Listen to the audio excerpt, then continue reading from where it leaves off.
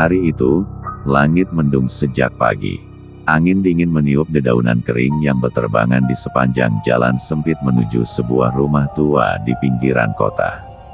Fadil, mahasiswa tingkat akhir jurusan arsitektur, baru saja menerima tawaran tak biasa dari dosennya, Pak Rendra. Ia diminta untuk menginap di sebuah rumah kosong peninggalan kolonial Belanda yang akan segera dijadikan proyek restorasi kampus. Hitung-hitung kamu survei langsung sebelum buat sketsa, ujar Pak Rendra sambil menyerahkan kunci tua berkarat. Fadil sempat ragu, tapi tawaran itu terlalu menarik untuk dilewatkan, apalagi ia diberi akses penuh ke bangunan bersejarah itu, sesuatu yang sangat jarang diberikan kepada mahasiswa. Sore harinya, Fadil tiba di rumah itu.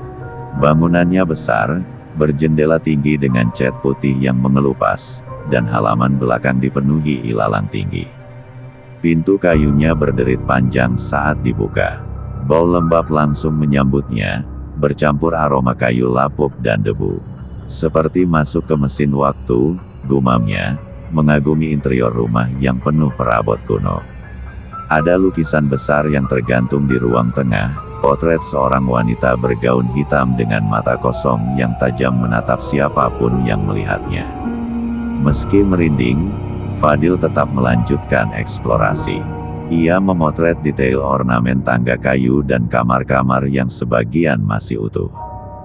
Menjelang malam, ia memutuskan menetap di salah satu kamar di lantai 2. Kamar itu lebih bersih dari yang lain, dengan tempat tidur tua, lemari besar, dan cermin berdiri yang sedikit retak di sudut ruangan. Sebelum tidur, ia duduk di ranjang sambil membuka laptop, mencatat hasil pengamatan hari itu. Hujan mulai turun deras. Petir menyambar beberapa kali, menggetarkan jendela kaca yang longgar. Lalu tiba-tiba, tok, tok, tok. Fadil menoleh ke arah pintu.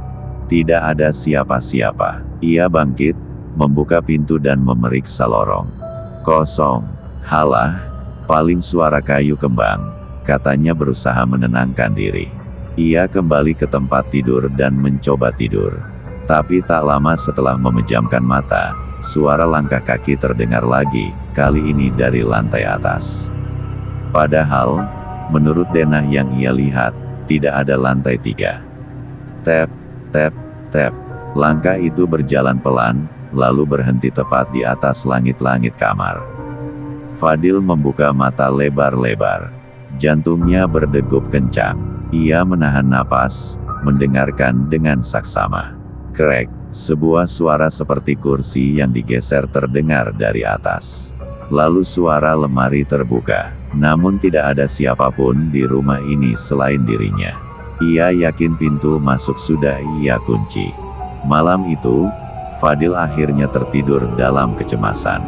Tapi saat fajar menyingsing dan matahari mulai menerobos jendela, ada yang berbeda. Kamar itu kosong. Tempat tidur tidak tersentuh. Laptopnya masih menyala di meja. Cermin berdiri memantulkan cahaya pagi. Namun Fadil menghilang. Tidak ada tanda perlawanan, tidak ada jejak kaki keluar kamar, tidak ada suara. Seolah-olah tubuhnya menguap begitu saja dari dunia nyata. Dan di cermin yang retak itu, samar-samar terlihat bayangan seseorang sedang berdiri, menatap balik keluar.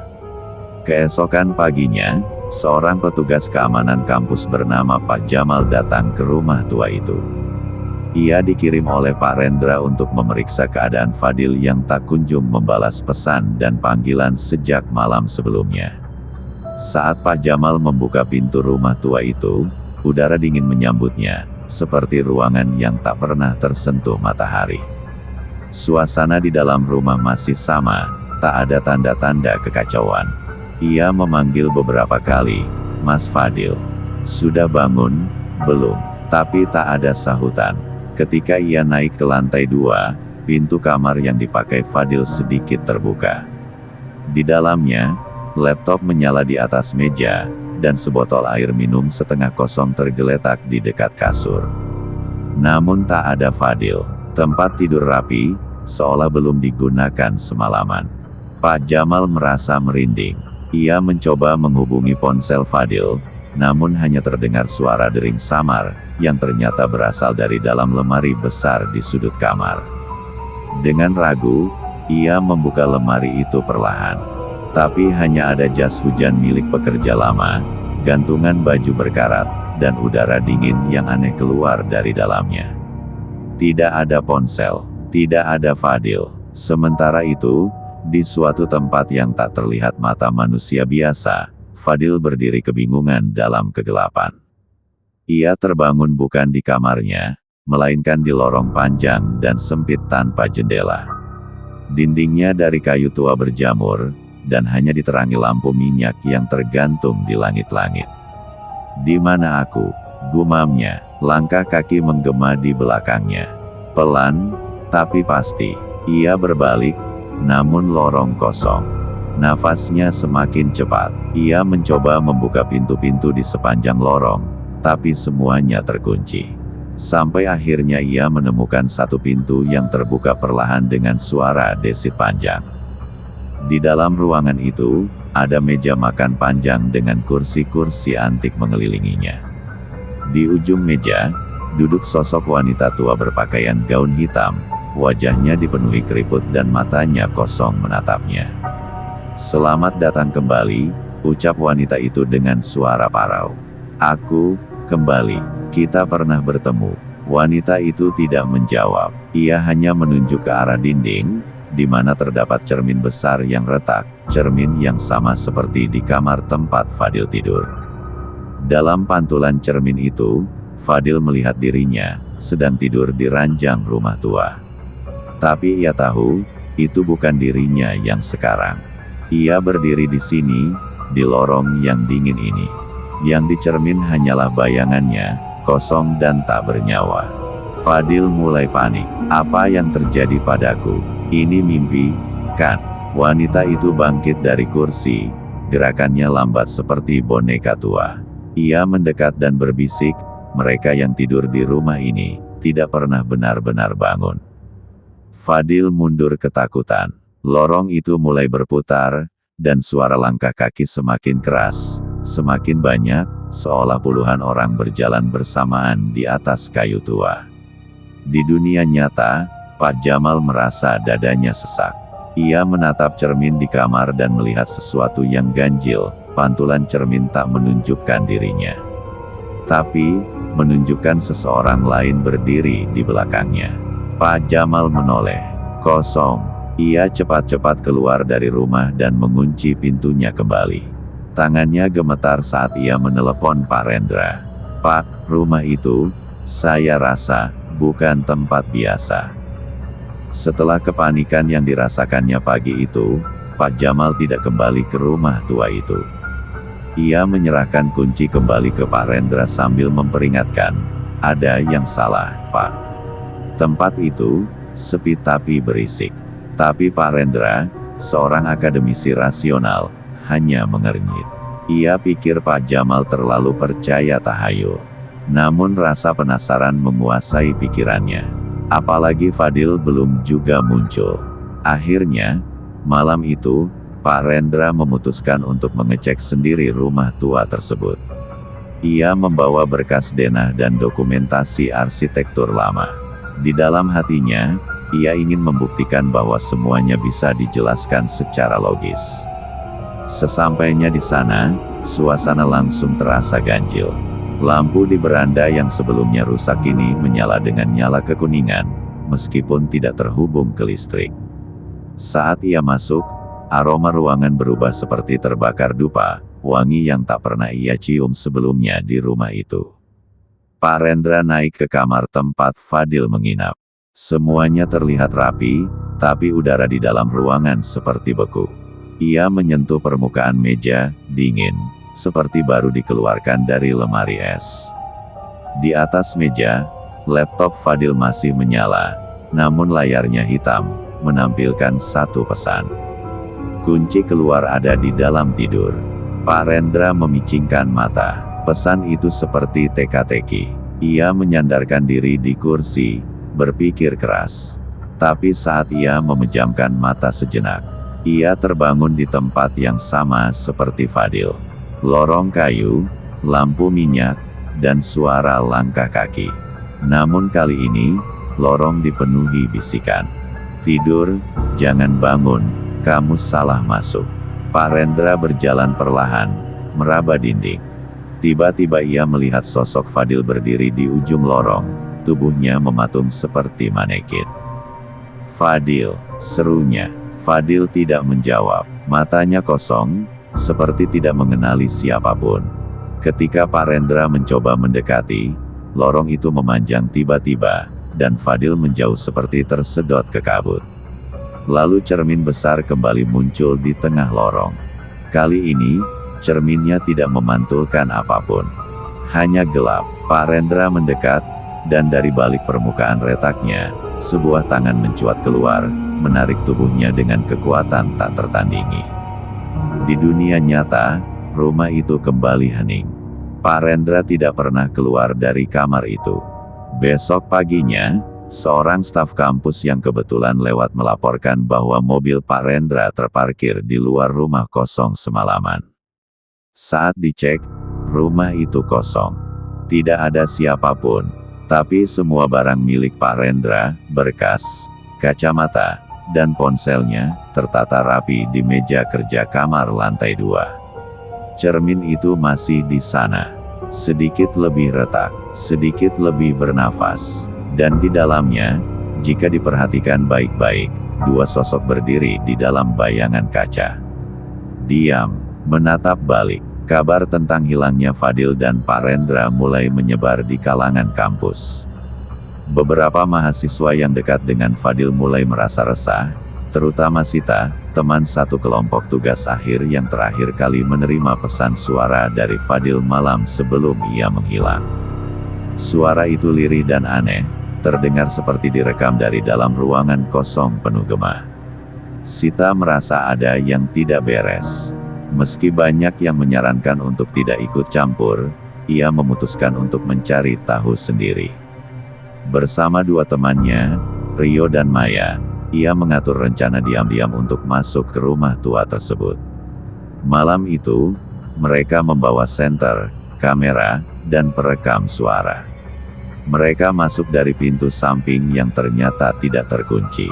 Udara di dalam rumah seolah menahan napas mereka, terlalu hening, seperti mati.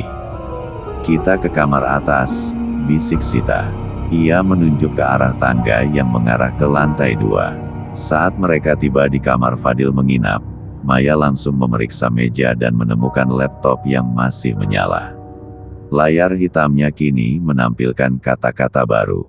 "Sudah 2 yang tertidur. Siapa berikutnya?" Rio merasa punggungnya meremang. Ini nggak lucu. Sita mendekati cermin besar yang kini retaknya makin lebar. Ia memandangi bayangannya, namun bukan dirinya yang dipantulkan. Di dalam cermin, ada bayangan seorang pria yang mirip Pak Rendra, berdiri diam di pojok kamar. Tiba-tiba, suara ketukan terdengar dari dalam cermin. Tok, tok, tok. Sita mundur. Maya menjerit pelan. Rio mendekatkan kamera, mencoba merekam.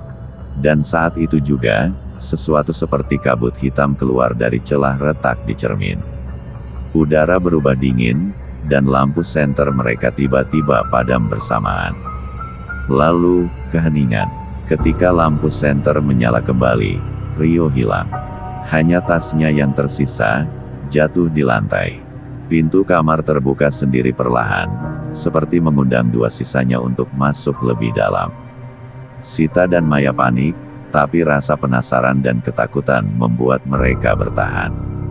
Mereka mengikuti lorong yang tiba-tiba muncul di balik dinding lemari, lorong yang tidak ada saat mereka datang. Lorong itu panjang dan dipenuhi bisikan. Di dinding, terpasang bingkai foto-foto orang yang tidak mereka kenal, semuanya berwajah kosong tanpa mata. Mereka berjalan pelan, dan tiba-tiba menemukan sebuah pintu kayu tua dengan tulisan samar di atasnya. Pintu menuju tidur tanpa bangun. Maya menolak melangkah lebih jauh. "Sita, kita harus pergi. Ini bukan dunia kita." Tapi Sita merasa suara Fadil memanggil dari balik pintu. Ia berbalik ke Maya, menggenggam tangannya. Aku harus temukan mereka. Kalau kamu nggak kuat, kembalilah. Maya menatap Sita sejenak, lalu mundur perlahan. Sita membuka pintu itu.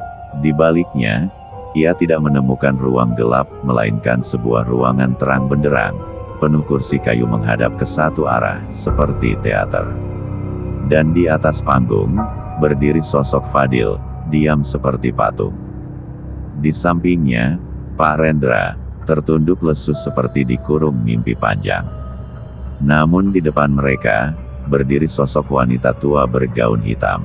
Matanya hitam tak berbatas. Ia tersenyum melihat Sita masuk, lalu berkata dengan suara yang menggema. Satu lagi sudah terjaga, tapi di mana dia akan kembali? Dunia nyata, atau cermin? Sita berdiri terpaku di depan panggung tua itu.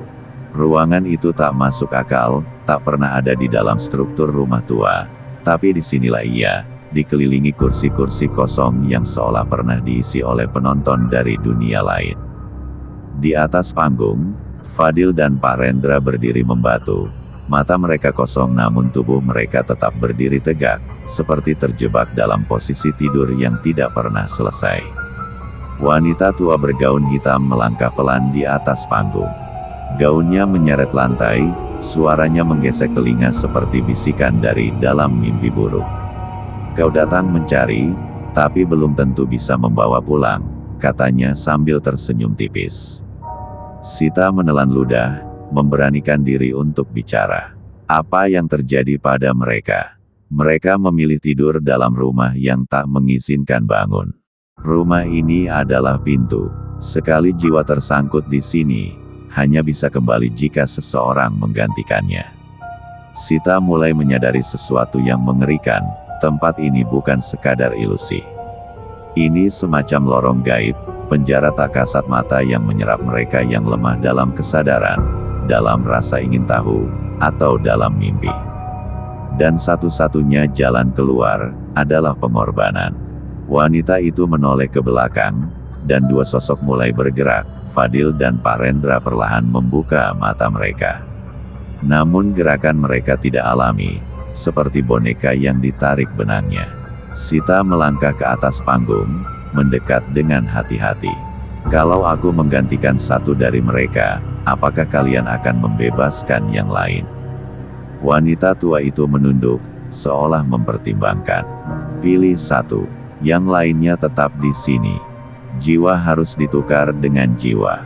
Sita menoleh pada Fadil. Temannya itu menatapnya lirih, seolah sadar tapi tak bisa bicara.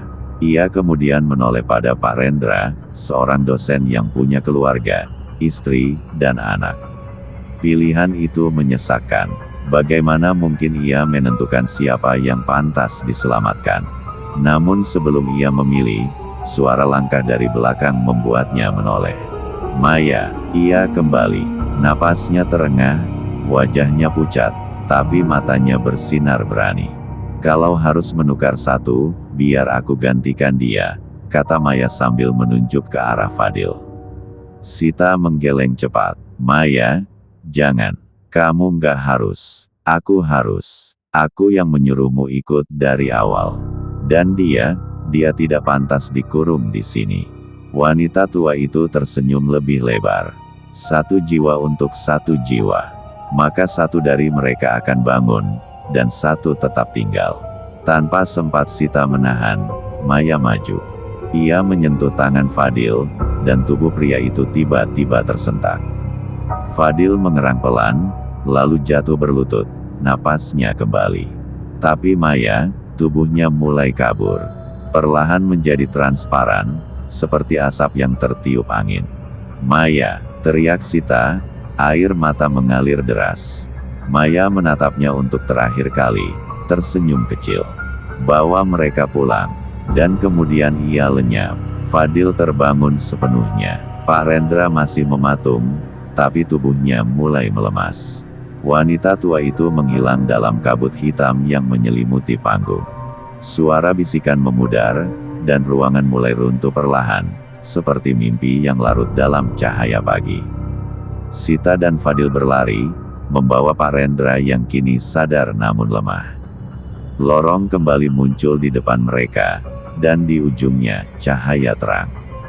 Mereka berlari sekuat tenaga, dan tiba-tiba, mereka terbangun di kamar lantai 2 rumah tua itu. Pagi telah datang, udara hangat masuk melalui jendela. Tapi satu hal berubah, cermin besar di kamar kini utuh kembali, tak ada retakan. Namun jika diperhatikan baik-baik, bayangan Maya masih ada di sana, berdiri diam dalam pantulan kaca, tersenyum tenang. Sudah seminggu berlalu sejak kejadian di rumah tua itu. Sita, Fadil, dan Pak Rendra memilih diam. Mereka semua tahu tak akan ada yang percaya jika mereka menceritakan hal sebenarnya. Di laporan polisi, disebutkan bahwa Fadil dan Pak Rendra sempat hilang karena tersesat di rumah kosong yang membingungkan, padahal lebih dari itu, mereka telah menyeberang ke batas antara dunia nyata dan gaib. Sita pulang ke kosannya dengan hati berat. Ia belum bisa melupakan Maya. Setiap malam, ia terbangun dari mimpi yang sama. Maya berdiri di balik cermin, menatapnya sambil menempelkan telapak tangan ke permukaan kaca, seolah ingin keluar, atau mungkin hanya mengucapkan selamat tinggal. Pada malam ketujuh setelah kejadian itu, Fadil menghubungi Sita lewat pesan singkat. Cermin kamar itu muncul lagi di mimpiku. Tapi retaknya kembali. Sita terdiam lama membaca pesan itu. Lalu, ia memeriksa kamarnya. Ia ingat dulu punya cermin kecil berdiri di sudut, namun ia patahkan karena trauma melihat bayangan yang bukan miliknya. Kini, cermin itu utuh kembali, berdiri tegak, dengan retakan di bagian tengah, sama seperti cermin di rumah kosong. Dengan gemetar, ia mendekat. Mula-mula, ia hanya melihat bayangannya sendiri. Tapi perlahan, bayangan lain mulai muncul di belakangnya, siluet Maya. Maya, bisiknya. Bayangan itu tak menjawab, tapi bibirnya bergerak, seperti sedang berkata sesuatu. Sita menyalakan ponsel dan mulai merekam. Setelah selesai, ia memutar rekamannya dan memerhatikan gerakan bibir Maya. Dengan membaca gerak bibirnya, kalimat itu terbaca. Dia belum pergi. Pintu masih terbuka. Sita langsung merinding. Malam itu juga, ia mengunjungi Fadil. Ia ingin tahu apakah ia juga mengalami hal serupa. Ternyata, bukan hanya dia, Pak Rendra pun mulai bermimpi aneh.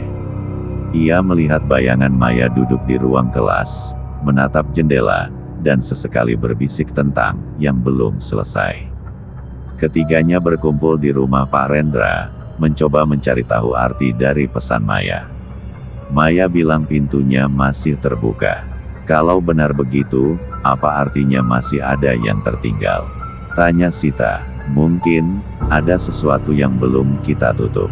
Atau, ada roh lain yang masih ingin masuk. Jawab Pak Rendra, pelan.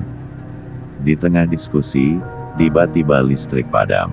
Ruangan menjadi gelap gulita. Senter ponsel dinyalakan, dan dalam pantulan kaca jendela, mereka melihat sosok wanita berdiri di luar pagar rumah, gaun hitam panjang, wajah tertutup rambut. Wanita itu perlahan mengangkat tangannya dan menunjuk ke arah mereka. Sita mundur panik. Fadil mendekat ke jendela, tapi wanita itu telah menghilang. Tak lama kemudian, terdengar ketukan keras di pintu depan. Tok, tok, tok. Mereka bertiga saling berpandangan. Jantung mereka berdegup kencang. Ketukan itu terdengar lagi. Kali ini di pintu belakang. Tok, tok. Fadil memberanikan diri membuka pintu depan, kosong. Namun di teras, tergeletak cermin kecil yang dulu ada di rumah kosong. Retaknya sama persis, dan tertempel di permukaannya, secarik kertas tipis bertuliskan. Pintu yang dibuka dengan pengorbanan, hanya akan tertutup jika ada pengorbanan lain. Sita mulai paham, pengorbanan Maya belum cukup. Atau mungkin, yang datang bukan hanya satu makhluk.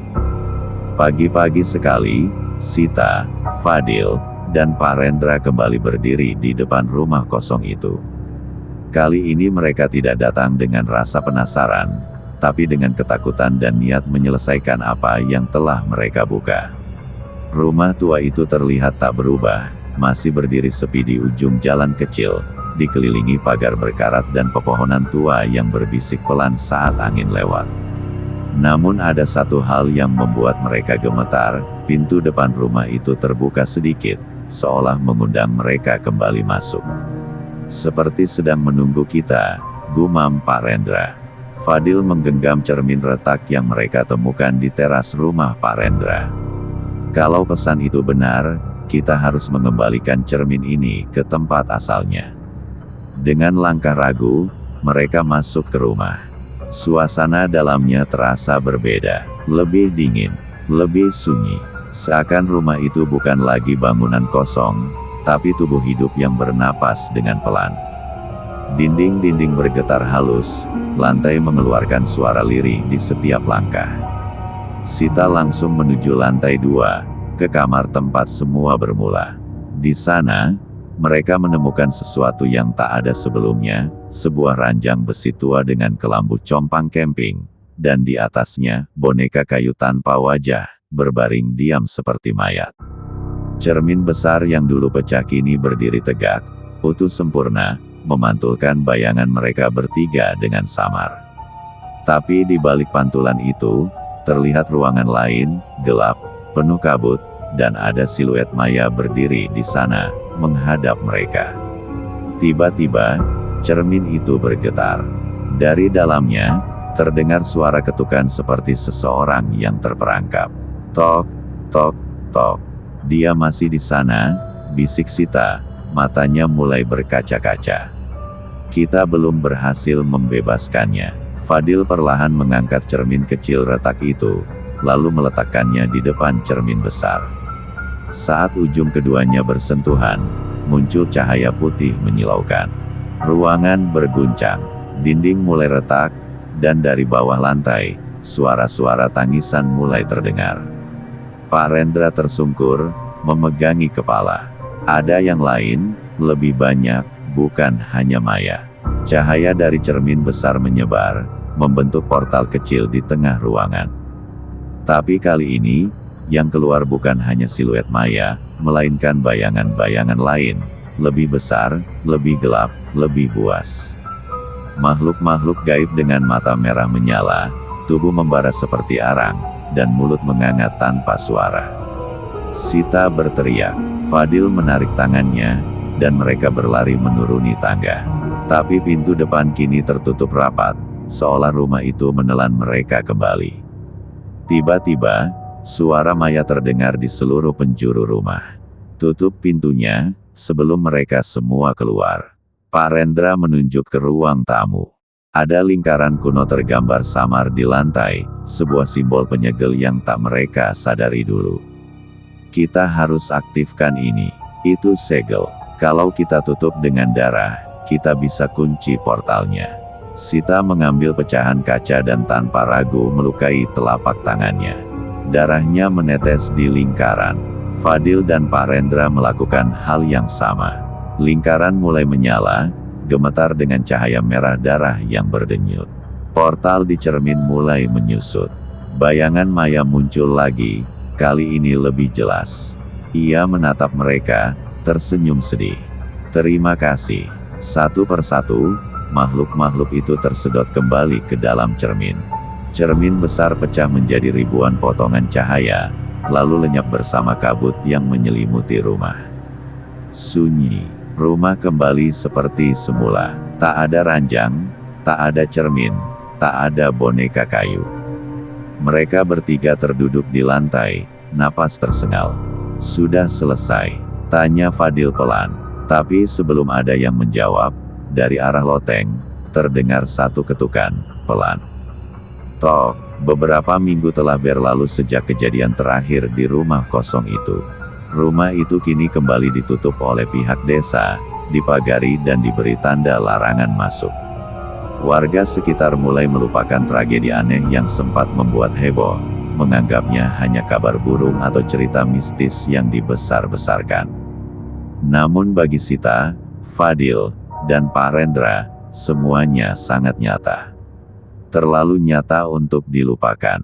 Sita mulai menulis jurnal tentang pengalaman mereka, mencatat setiap detil kejadian, simbol, hingga percakapan terakhir dengan Maya. Ia tak ingin pengalaman itu menguap tanpa makna. Terutama karena ia masih sering terbangun di malam hari, merasa ada yang memperhatikannya dari sudut kamar. Suatu malam, Sita bermimpi berada di kamar rumah kosong itu. Kali ini, ia melihat Maya duduk di atas ranjang, memegang boneka kayu yang tak memiliki wajah. "Aku tak bisa pergi jauh," kata Maya dalam mimpi itu. "Sesuatu masih tertinggal di sini, bukan padaku, tapi padamu."